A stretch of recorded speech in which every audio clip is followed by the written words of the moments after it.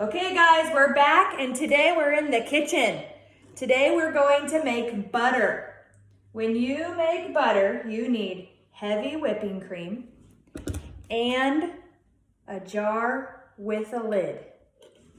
First, you pour some heavy whipping cream into the jar.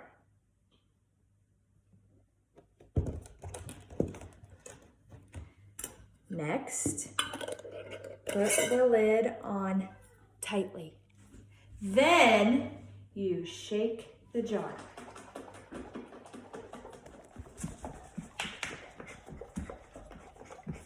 Dance.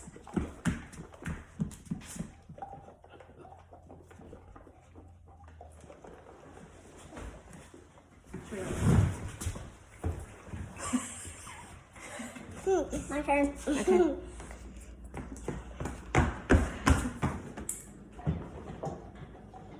Shake it on the right, shake it on the left, shake it up high, shake it down low. Then, when you can't shake anymore, put the jar in the fridge.